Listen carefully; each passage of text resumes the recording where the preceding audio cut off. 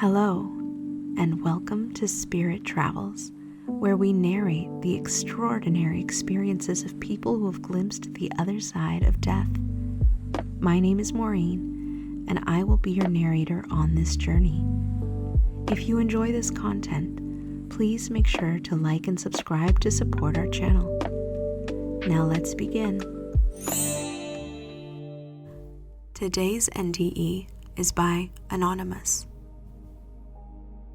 I'd been sick with flu-like symptoms for a day or so, and I was lying in bed with my husband who was sleeping. I'd fallen asleep, woken up, and felt feverish. I used the digital thermometer next to the bed to take my temperature. It was 102. The fever made me feel very weak, but a relaxed kind of weak, almost pleasurable. Then I took some more Tylenol and tried to go back to sleep.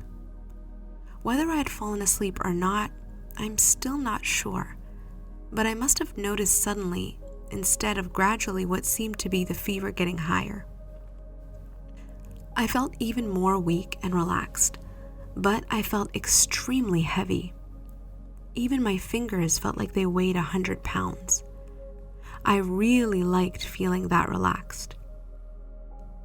I felt more of a void of everything, emotionally and physically. I remember thinking it was nice to have no worries, no pain or fear, etc. But I also noticed no joy, pleasure, or any of the good counterparts. I was very surprised to learn that I liked it, the void. Then my husband came to mind, and I felt an urgency not to enjoy this void too much, that I needed to be with him and not leave him. Then I became frightened and tried to call out to him, but I thought he couldn't hear me. In my mind, I was screaming a little louder and louder each time. When I thought I screamed the loudest out of panic, I finally heard me whispering to him, and I realized that I hadn't been heard at all.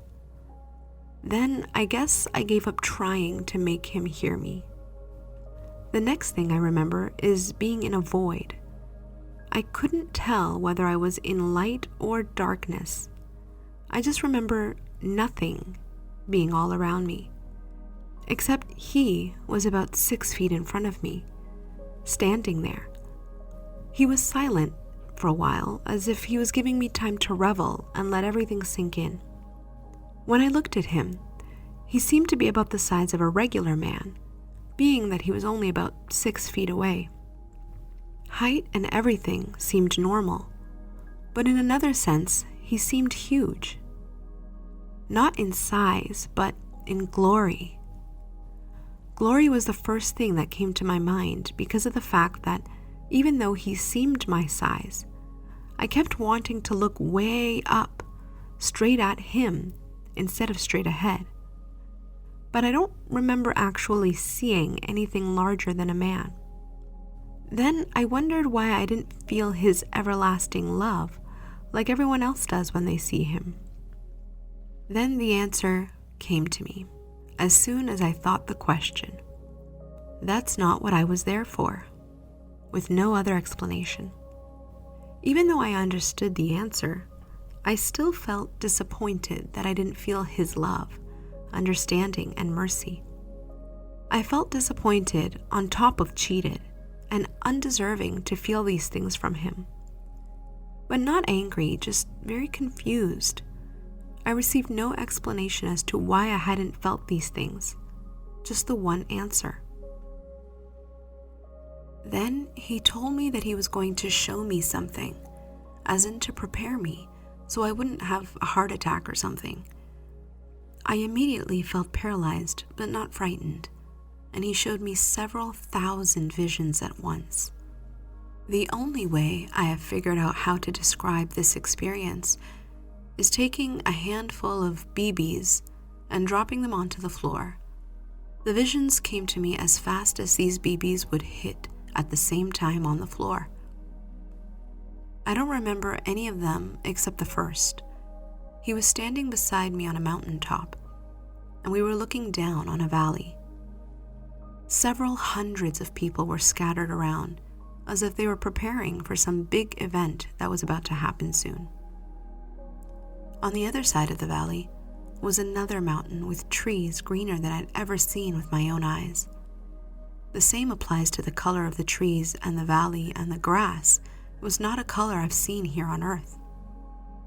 The first thing I noticed was my vision, the ability of my physical vision from the mountaintop that I was standing on.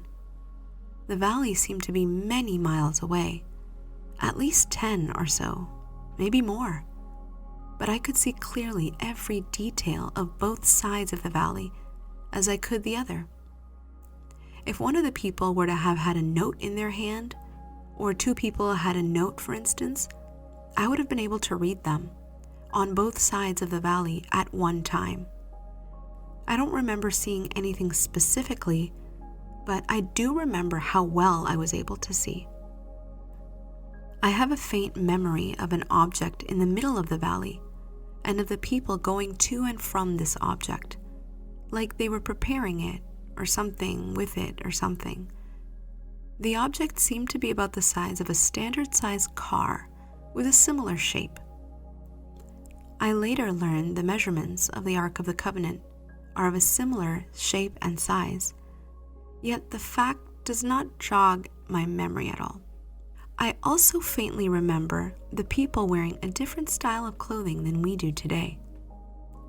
Though I don't remember what the difference is, I do recall that they didn't seem to be manufactured. Sandals and robes, and they seem familiar, but I don't specifically recall any of those things. They just seem to be from the biblical times or something.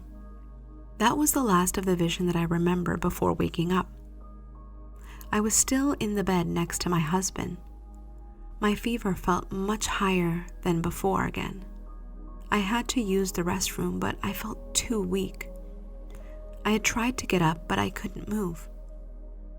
I looked at the alarm clock and acknowledged the time. I don't remember now what time it was, but I had fallen asleep, and when I woke up again, it was less than 5 minutes later. This time, my fever felt lower. I wasn't as weak, and I still had to urinate with severe urgency. I sat up in the bed and took my temperature again. It was 104.3, even though I could tell it had lowered by my regained strength and my ability to think clearly, along with my ability to feel pain.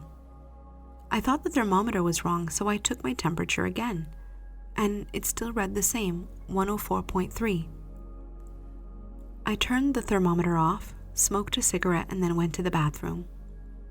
Then I got myself back into the bed and took my temperature again. It was 102. I had only been gone to the bathroom less than a minute, and I hadn't smoked most of my cigarette on the way to and in the bathroom. Trying to judge from how quickly my temperature had gone down, I'm still not sure if my experience was only fever-induced or if I actually died momentarily. But I do know that it was an NDE. I was over the flu or whatever it was the next morning.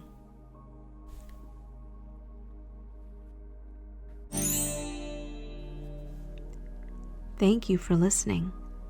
If you have had an NDE that you would like to share, please email us at travelsinthespirit@gmail.com. Until next time, God bless.